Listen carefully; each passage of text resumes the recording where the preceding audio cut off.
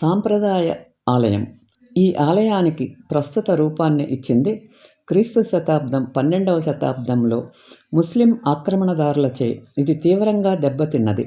కానీ 14వ శతాబ్దంలో బర్మీస్ రాజులు నమ్మకంగా పునరుద్ధరించారు.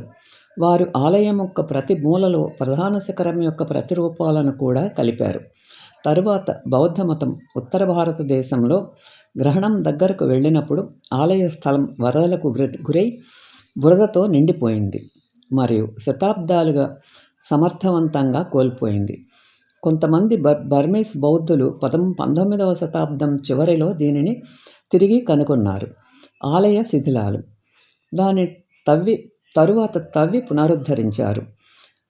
నేడు బుద్ధగయ మరోసారి బౌద్ధమతానికి అంతర్జాతీయ కేంద్రంగా విరాజిల్లుతోంది. వివిధ దేశాలు నిర్మించిన దేవాలయాలు మరియు మఠాలు, పవిత్ర బోధి వృక్షము స్థానిక కాలం నాటి కలిగి ఉన్నది.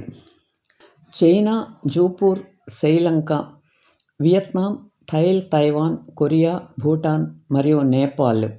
థాయ్ ఆలయం అత్యంత సుందరమైనది. అయితే ఆధునిక జపనీస్ ఆలయం దాని ముందు ఉన్న 25 మీటర్లు ఎత్తైన బుద్ధ విగ్రహానికి గొప్పది.